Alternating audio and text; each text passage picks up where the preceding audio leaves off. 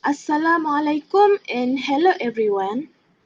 My name is Raiha Iwani binti Rosman. So for today, I will present topic that is homeostasis under subtopic blood sugar level.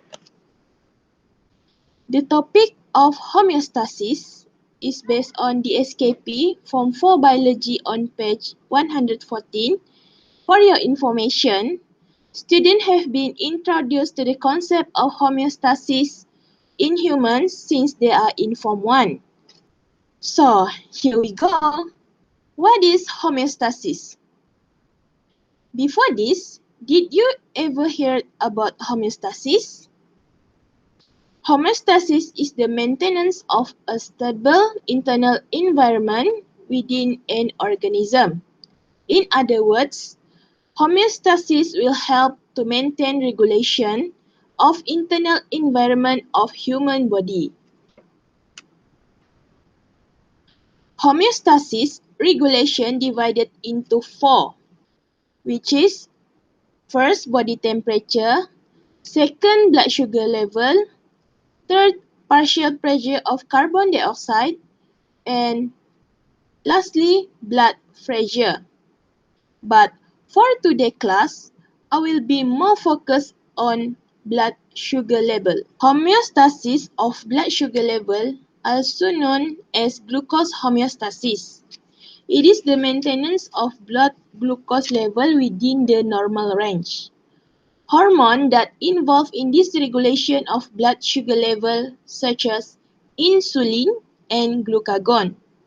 The blood glucose must be maintained within the narrow limits of 70 to 100 mg per deciliter. The importance of regulation blood sugar level. Glucose is needed by cells for respiration. For example, our cell brain needs glucose every day so that it will function in a good condition. Second, concentration of glucose in the blood must maintain at a constant level so that human body will function well. And lastly, the importance of regulation blood sugar level is it will help to maintain the normal blood glucose in human body. These are main organs that involve in homeostasis. First is kidney, second is liver, third is human brain, and lastly is pancreas. So this is factors that involving in the homeostasis of blood glucose. First is metabolic process, second hormones, which is glucagon and insulin in organ pancreas, and third factors is renal mechanism. In the previous slide, I already mentioned about hormone insulin and glucagon, right? So here the rules of the hormone when the blood glucose is high, human body will send signal to release hypoglycemic hormone insulin so that the high blood glucose turn to a normal condition. But when the blood glucose level is low, human body will send signal to release hyperglycemic hormone glucagon that will make blood glucose level to be high, or in other words, turn to be a normal rate. So this slide is about general knowledge for you all. For your information, normal blood glucose level, especially when someone in a fasting, is 70 to 110 mg per deciliter. Postprandial is occur when we are done taking our meal, so that blood glucose level is 120 to 140 mg per deciliter. Abnormal blood glucose is when the level of blood glucose is above and below the normal level. The terms that you all need to remember. Hyperglycemia is a condition when blood sugar levels above the normal range, while the term of hypoglycemia is a condition when blood sugar levels below the normal range. Before I end our class today, please open up your biology textbook and turn to page 125. Please do the activity on your textbook. as your homework. That's all from me. Thank you everyone for your attention and have a nice day. Assalamualaikum and good evening students. How are you feeling today? Good? Great? Good job! Okay, do you remember what teacher Raiha already taught you yesterday? Yes, you learned about the regulation of the blood glucose level. So, do you have any idea what we will learn today? Yes, it's already shown in the slide. You will learn about the blood pressure regulation mechanism. Okay, let's proceed to the next slide. Of course, the blood pressure regulation mechanism will be under the topic of homeostasis. Okay, can you remember again what's the regulation process that related to the homeostasis? Yes, you learn about the body temperature. You learn about the partial carbon dioxide.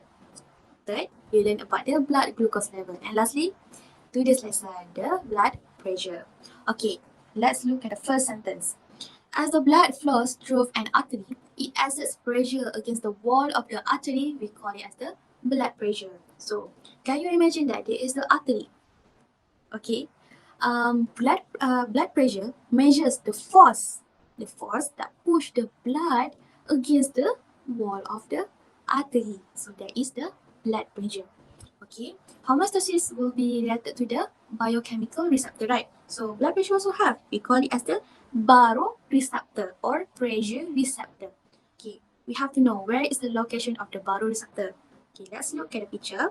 Baroreceptor are at the carotid artery. Second, at the aortic arch. At these two. Okay. So, what the baroreceptor do? Baroreceptor will detect the pressure of blood flowing through them, and the receptor will send the nerve impulses to the cardiovascular control center in the medulla oblongata to regulate the blood pressure within a narrow range. Okay, so the regulation of the blood pressure involves the negative feedback mechanism. Remember, negative, not positive. Okay, what we will learn is the normal blood pressure for the healthy adult is here. This is the normal blood pressure. What we will learn today is we want to know what happens when the blood pressure increases and the blood pressure is dropped. Okay, let's figure it out together.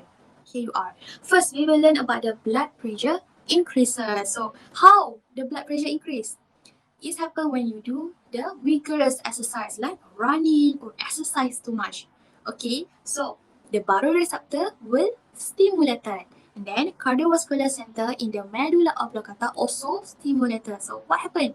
Vasodilation occurs. So it will lower the resistance of the blood flow and contraction of the cardiac muscle become weaker. Lastly, it will return to the normal range. So, how the looks of the vasodilation? It looks like this. Okay, from the normal artery, it becomes the vasodilation artery. Can you see the difference of the wall? Okay, the wall become widening, right? Because we want the blood go through a lot.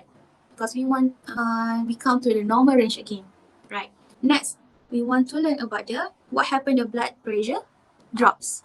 Blood pressure drops happens when someone having the serious bleeding occurs. A lot of blood flowing through. The baroreceptor will less stimulated. So the cardiovascular center in the medulla oblongata also less stimulated. What happened? Vasoconstriction occurs. It will add resistance to the blood flow in the bloodstream, and the contraction of the cardiac muscle become stronger because we don't want the blood bleeding too much. We don't want blood go flow too fast, so it will become small.